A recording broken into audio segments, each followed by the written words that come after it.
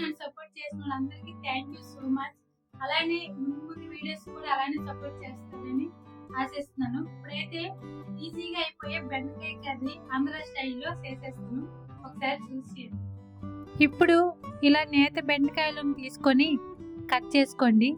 ఇది చాలా ఈజీగా టేస్టీగా దేనికైనా సూట్ అయ్యేలాగా ఈ కర్రీని అయితే ప్రిపేర్ చేసుకుంటున్నాను. ఇలా కట్ చేసుకొని ముక్కల్ని ఒక గిన్నెలోకి అయితే వేసుకొని ఇప్పుడు కొంచెం సాల్ట్, పసుపు, జీలకర్ర పౌడర్, ధనియాల పౌడర్, కారం వేసుకొని దీంట్లో హైలైట్ ఒక స్పూన్ శనగపిండి కూడా కొంచెం యాడ్ చేసుకోండి.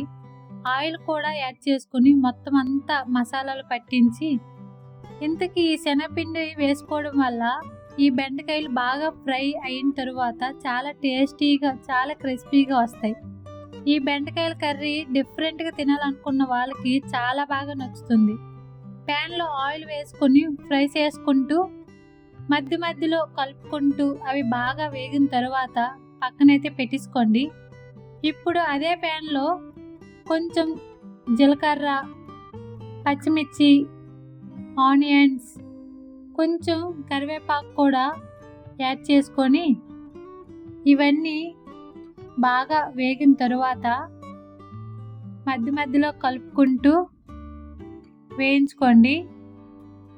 ఇప్పుడైతే ఒక 5 నిమిషాలు అయితే మూత పెట్టేసుకుందాం. వేగిలోపు మనం మాట్లాడుకుందాం. ఈరోజు మీ లంచ్ ఏంటో కామెంట్ చేయండి. విషయం మిమ్మల్ని అడుగుదాం అనుకున్నాను. మీ ఆషాఢం షాపింగ్ అయిపోయిందా లేదా కామెంట్ చేయండి. మా వారిని తీసుకుని వెళ్ళమంటే తీసుకుని వెళ్ళట్లేదు. మీరైనా చెప్పండి కామెంట్స్ చేసి, అప్పుడైనా ఒప్పుకుంటారేమో. ఓకేనా? ఆనియన్స్ అయితే వేగిపోతే ఒకసారి చూసేద్దాం. ఇప్పుడు ఆనియన్స్ అయితే వేగిపోయాయి కదా, ఇందులోకి ఇప్పుడు మిక్సీ పట్టుకున్న టమాటా గ్రేవీని అయితే వేసుకుంటున్నాను. ఒక్కసారి బాగా కలుపుకోండి.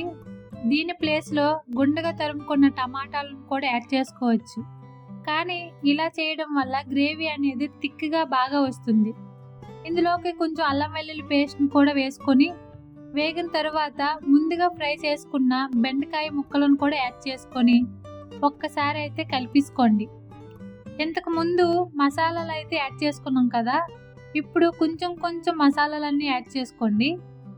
ఈ కర్రీ అయితే అన్నంలోకే కాకుండా చపాతీ, బిర్యానీలో కూడా ట్రై చేసుకోవచ్చు. ఇందులోకి ఇలా కట్ చేసుకున్న ఆనియన్స్ కూడా యాడ్ చేసుకోవడం వల్ల చాలా టేస్టీ అయితే బాగుంటుంది. ఇవన్నీ వేసుకున్న తర్వాత ఒక్కసారి కలుపుకోండి. మరీ ఎక్కువగా కలిపేసుకోకండి, ఎందుకంటే బెండకాయలో ఆల్రెడీ ఫ్రై చేసుకున్నాం కదా. ఇప్పుడు కొంచెం చింతపండు వాటర్ని కూడా యాడ్ చేసుకోండి.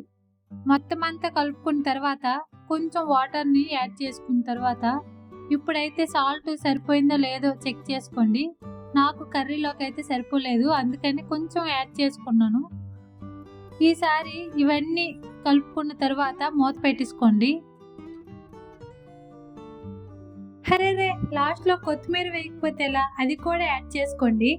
ఎంతో టేస్టీగా అదిరిపోయే బెండకాయ కర్రీ ఇలా మీ ఇంట్లో కూడా ట్రై చేసి ఎలా వచ్చిందో కామెంట్ చేయండి. ఇప్పుడు ఫుల్ వీడియో చూసిన వాళ్ళందరికీ థ్యాంక్ యూ సో మచ్.